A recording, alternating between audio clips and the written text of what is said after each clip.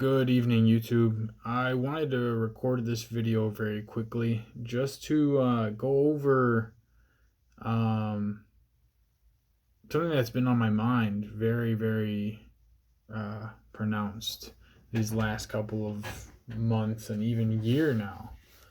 Um, Hell, maybe more than a year. Is getting in shape. When I took on the job to be a personal trainer and got certified, I thought it would be a longer term commitment. I didn't even make it through 1 year of doing it officially, even though I have years of experience before that. Um, and like I see a lot of very fruitful people, following through with their careers because they have the shape. And then you look at me, and I got two chins. Um, I'm just committing again to achieving that. I know that's something that in my mind I've always had as part of my goals, and there's a clear reason for that. It's reaching the best experience in with the best longevity there is.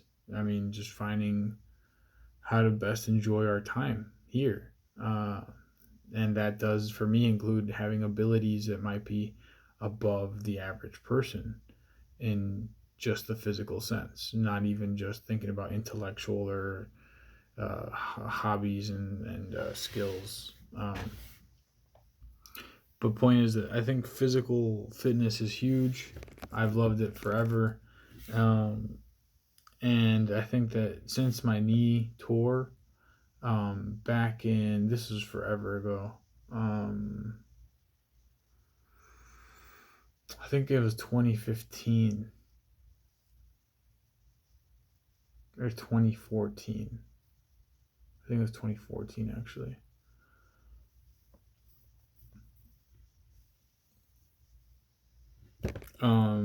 Things changed a lot, and the way I thought about fitness, especially after my pec tour, was way different.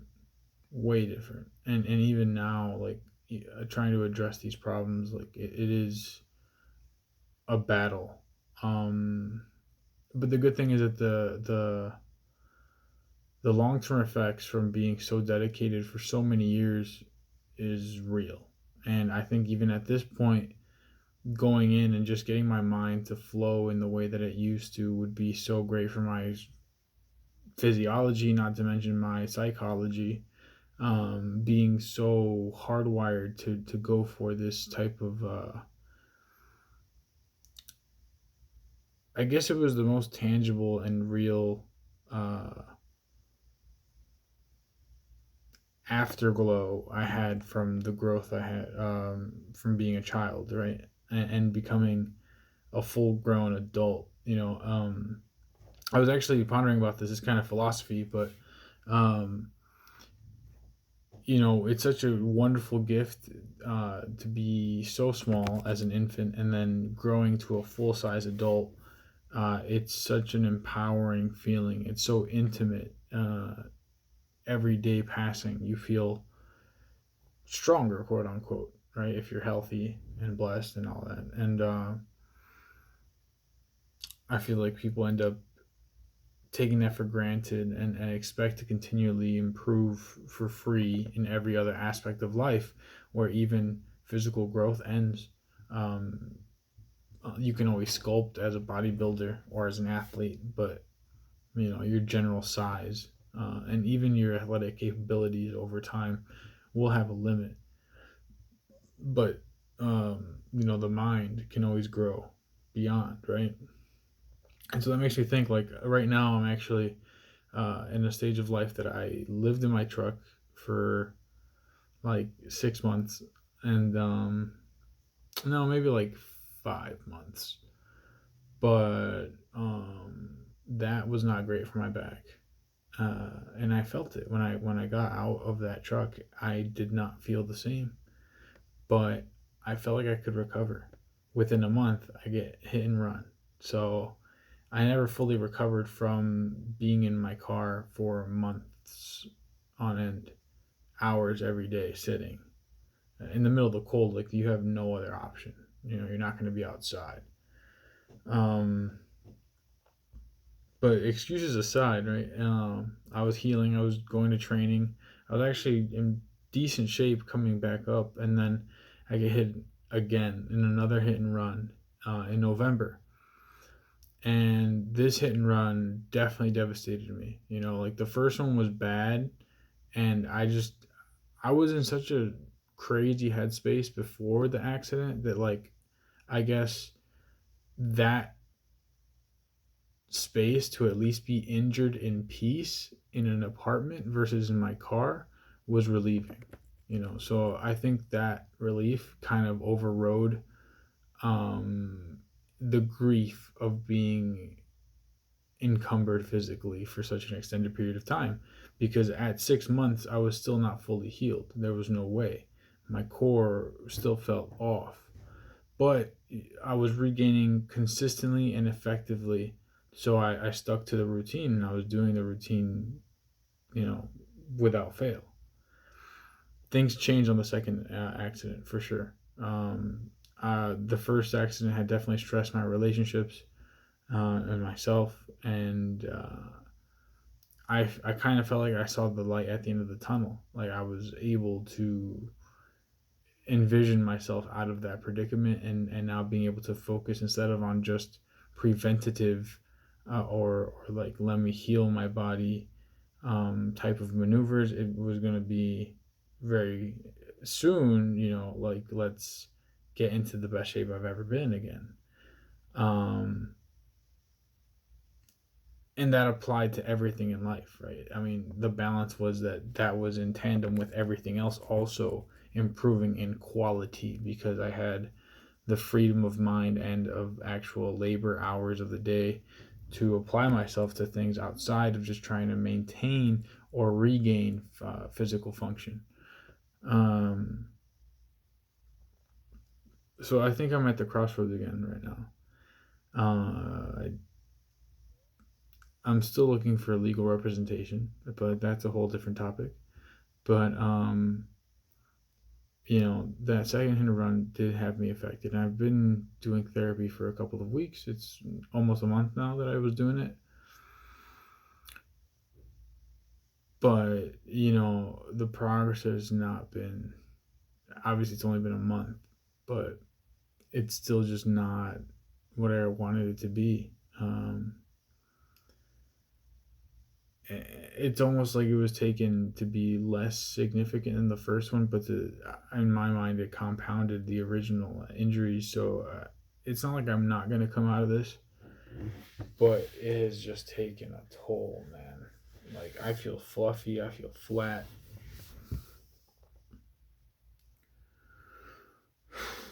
And being 100% honest, after months of doing the therapy, like, I got tired of it. I just didn't want to do hours of therapy a day anymore.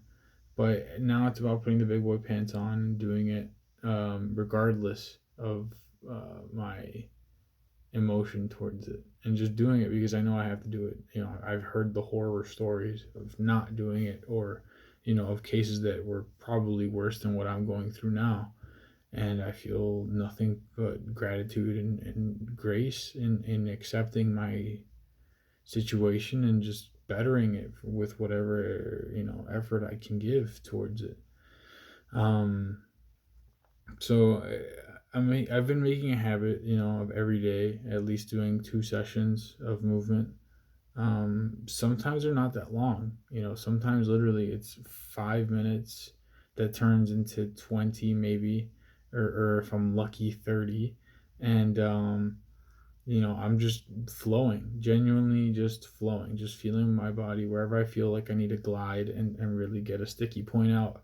I'll work on that, and then on the next session I'll retest, or the following few sessions I'm going to retest and try and egg that progress on, while maybe fishing for maybe another problem that might be um, attributing to the same limitations, or some other complementary or completely independent situation. But without getting too technical anymore, a big complaint that I had with my business partner is that, like, at first I felt like I was being excessive because I started counting, how many hours am I putting into fitness and recuperation and optimization physically. Um, and I realized that just like when I was doing my hardcore bodybuilding, I was doing about 3 hours a day back then. And I made it a huge point moving from that I didn't want to put that much time into this because I had bigger and better things to work towards in the long term. So already having the physique that I was satisfied with at the time, being relatively lean at like 8% body fat at 215 pounds. So I don't know, that's like 105 kilo or 102 kilo. I don't know exactly where it lands, but um, it got me spoiled. I mean, when you're in that good shape and you don't have to worry about it, and you know what you're doing, and you go in there and you really apply yourself, 30 minutes is all you need. 30 minutes. If you go and do a second session, which I usually did anyways, but the second session is super low intensity once you're already in that great of shape. You can go super intense for, once a week for a cardio session, twice a week, and then maintenance is literally just go for an hour walk, go for 45 minutes of a walk, 30 minutes. Now, to get this gut down, and I'm going to show it because there's no hiding this. This is the reality. I mean, after all these events, on top of the stress eating too from, you know, just not giving a crap or maybe thinking about this stuff too much. This is gyno though. This is a whole different situation. But being fluffy does make it worse. But I've been really lean. It's still visible. But I mean, like, so I have a herniated lumbar. So it's L3 through L5 is what I found out. And in the crash, I hurt my groin on this left leg, which is also where I tore my knee and my pec. So it's a bit of a struggle, but I've been working on just trying to stack my joints. I mean, maybe I shouldn't go that far, but point is, I hope to be in better shape, um, whenever I can. And this is going to be kind of like a continuation of some pictures.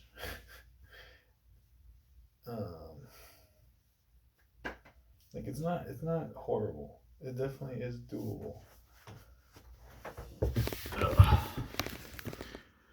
But I guess this is an accountability video more than anything. I think the tone I want to take on is not being victimizing to my condition or to my circumstance, and instead just look for the way through.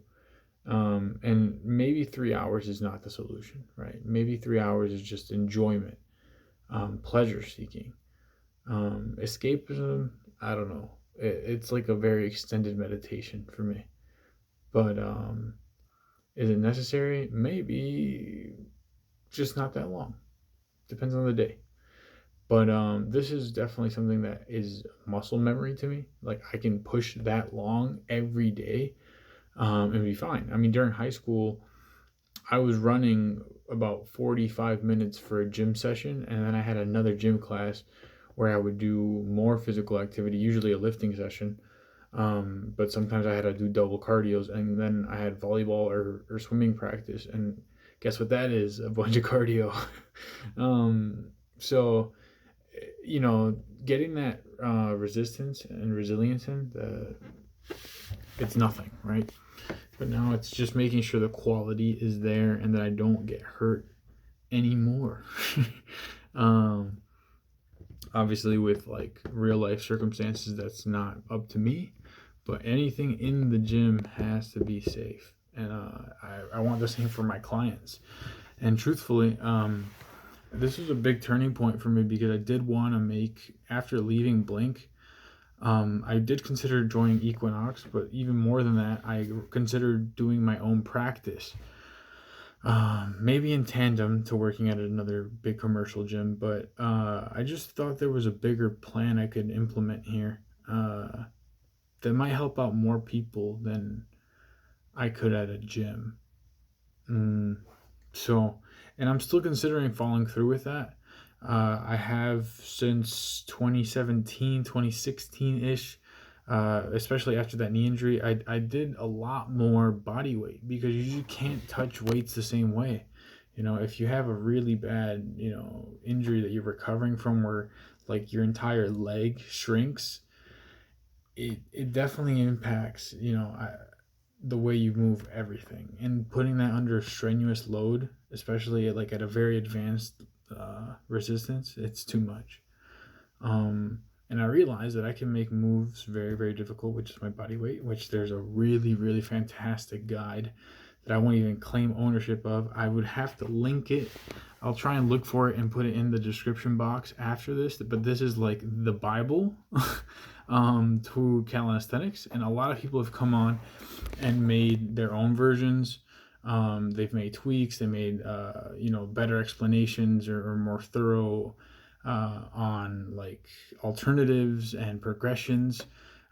Because times change. This video is very old, but for YouTube and for free and for condensed information, this is the one. This is what made me be the beast I was. When I was in Europe, I was gaining a lot of strength and a lot of solidity, although I was losing weight and at an extreme pace, which is something I expected because, truthfully, being a broke kid in college, or after college, even before getting into the job, the workforce, I figured, you know what, I'm gonna come into money, but I do want to stretch this out as best I can, as to make sure that I can enjoy myself as long as I can.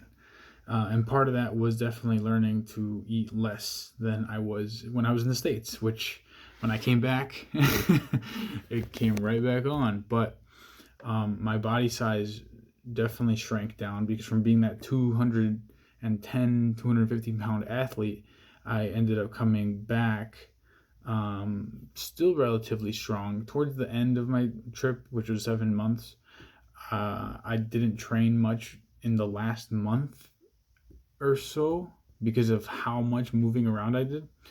It was just impossible.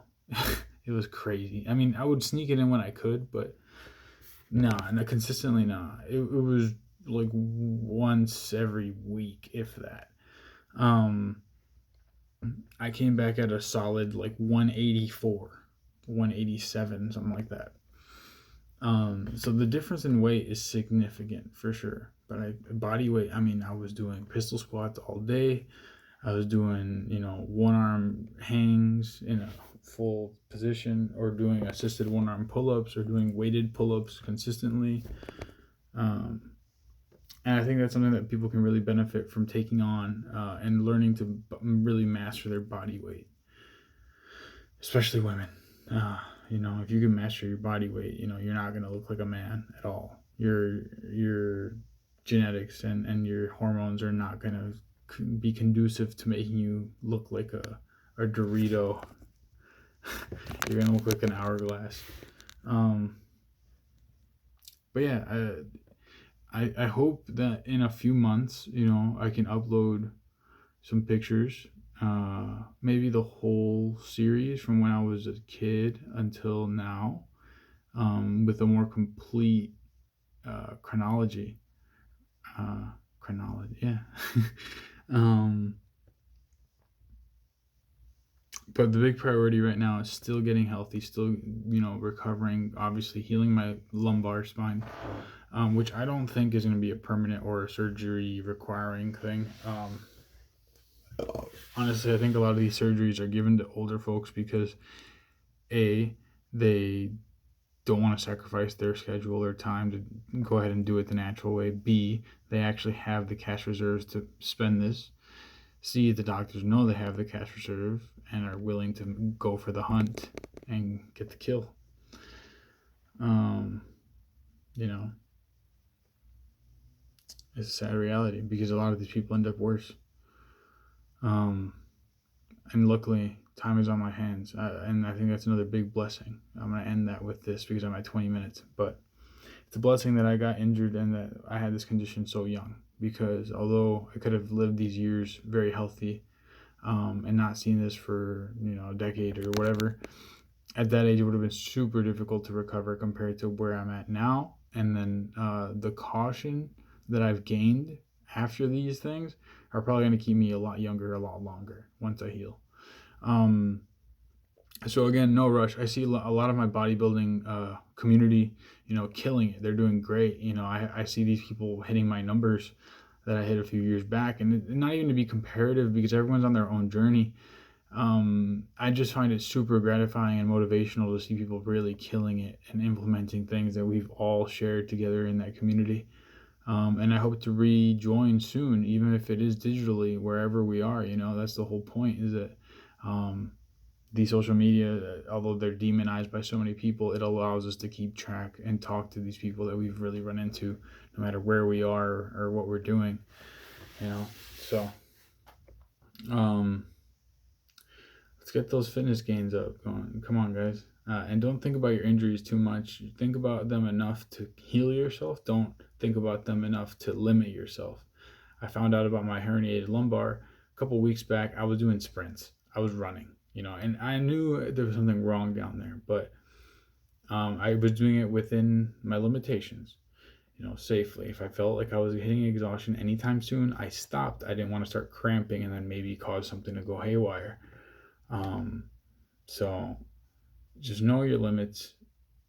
Don't set fake ones before your actual limit. What's his name? I think it's David Goggins. Says that once your brain tells you that you're ready to stop, that you hit your limit, you're only actually 40% done. I don't know about 40%, but I know that you're not done yet. But yeah, I'll see you guys on the next one. Hopefully, I'll have some more topics, and maybe you'll see something popping up for my company. Check us out at xochi.design. That's XOCHI.design.